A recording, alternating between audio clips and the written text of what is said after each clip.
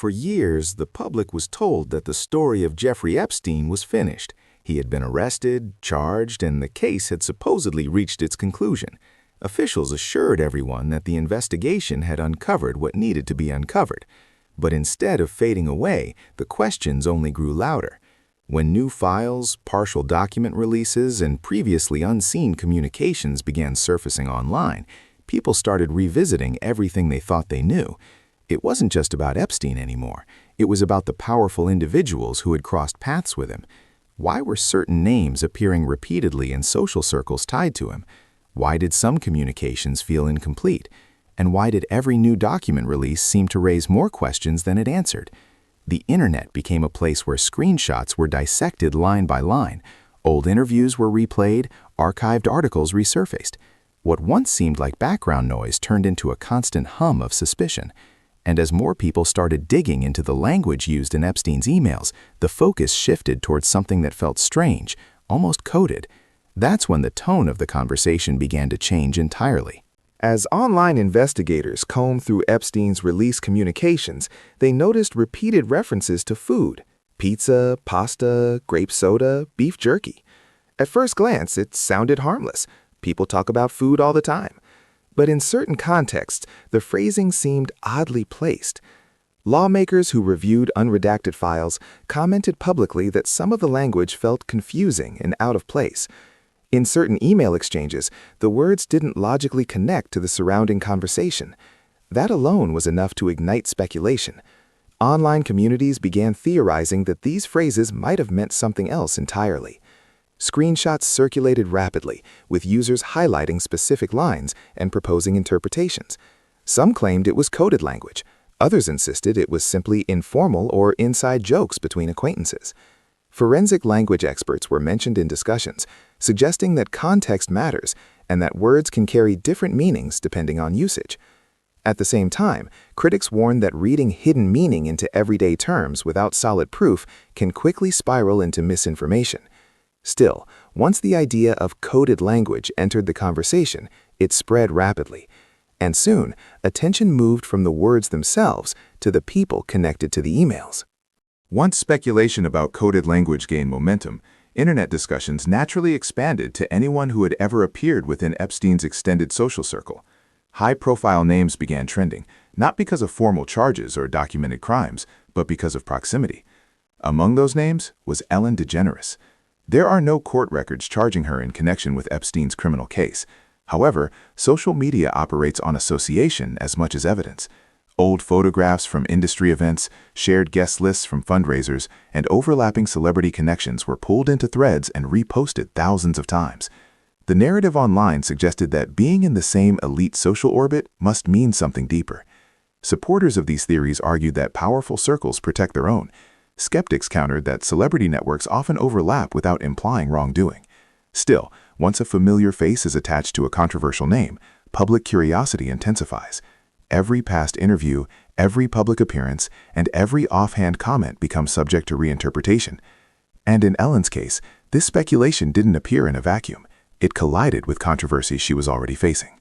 Long before her name appeared in online Epstein discussions, Ellen DeGeneres had already experienced a significant shift in public image.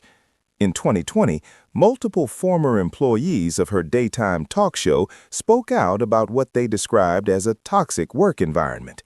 Reports detailed allegations of intimidation, favoritism, and misconduct by senior producers. Warner Bros. Launched an internal investigation. Several executive producers were removed from their roles. Ellen addressed the controversy publicly, apologizing and acknowledging that changes were needed. For some viewers, that apology marked a turning point. For others, it raised new doubts. Former staff members later claimed that the culture described had existed for years. In 2025, additional reports surfaced from a former cameraman who described the atmosphere as tense and uncomfortable. Whether exaggerated or not, the controversy altered how audiences perceived her public persona. When someone once viewed as universally kind becomes the subject of workplace complaints, it creates space for further skepticism. And once skepticism sets in, unrelated rumors can feel more believable. That shift in trust made the next wave of speculation spread even faster. When reports emerged that Ellen and Portia de Rossi had relocated overseas following the 2024 U.S. election, media outlets offered various explanations. Some framed the move as political, others described it as a lifestyle choice. But on social media, alternative theories quickly surfaced. Posts suggested there could be deeper reasons behind the relocation. Elon Musk responded to one such post, which only intensified attention. Soon, older footage resurfaced, showing Ellen discussing invitations to high-profile celebrity parties. Viewers began connecting unrelated events, building narratives that extended far beyond verified information. None of these discussions were supported by court documents linking her to criminal activity. Yet the pattern remained consistent. Once suspicion exists, every decision can be reinterpreted through that lens. A move abroad becomes a retreat. A party invitation becomes association. Online discourse often rewards dramatic conclusions over cautious analysis. And as speculation grew, even more viral clips began circulating to reinforce the narrative. Old interviews featuring celebrities like Chrissy Teigen resurfaced and were re-examined through a new lens. In one widely shared clip, she joked about extreme culinary curiosity, including hypotheticals involving human meat. At the time, it was largely dismissed as dark humor.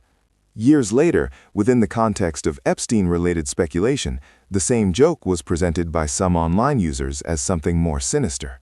Similarly, past interviews with Justin Bieber were dissected for hidden meaning. Moments that once seemed awkward or playful were reframed as potential hints at deeper experiences. Then came viral posts linking rare neurological diseases like Kuru to speculative theories about elite behavior.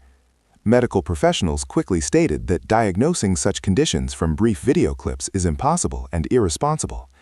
But in the age of algorithm-driven content, emotionally charged theories spread rapidly. Context is often stripped away. Humor becomes confession, association becomes implication, and speculation becomes headline material. Jeffrey Epstein's crimes are documented in court records. Victims testified. Legal proceedings took place. That part of the story is not speculation. However, surrounding those verified facts is a vast ecosystem of online claims, some grounded in partial evidence, others built entirely from inference. When trust in institutions declines, people look for hidden explanations. History has shown that powerful individuals can evade accountability. That reality fuels suspicion. At the same time, history also shows how quickly misinformation can spread when gaps in information are filled with assumption. The challenge lies in distinguishing between investigative curiosity and unverified accusation. Social media blurs that boundary daily. In high-profile cases involving wealth and influence, public skepticism is understandable. But skepticism without evidence can easily become narrative, and narrative, repeated often enough, can feel indistinguishable from fact. The Epstein case remains one of the most disturbing criminal scandals in recent history, yet the conversations orbiting it reveal something equally powerful: how modern audiences process uncertainty, distrust, and incomplete information.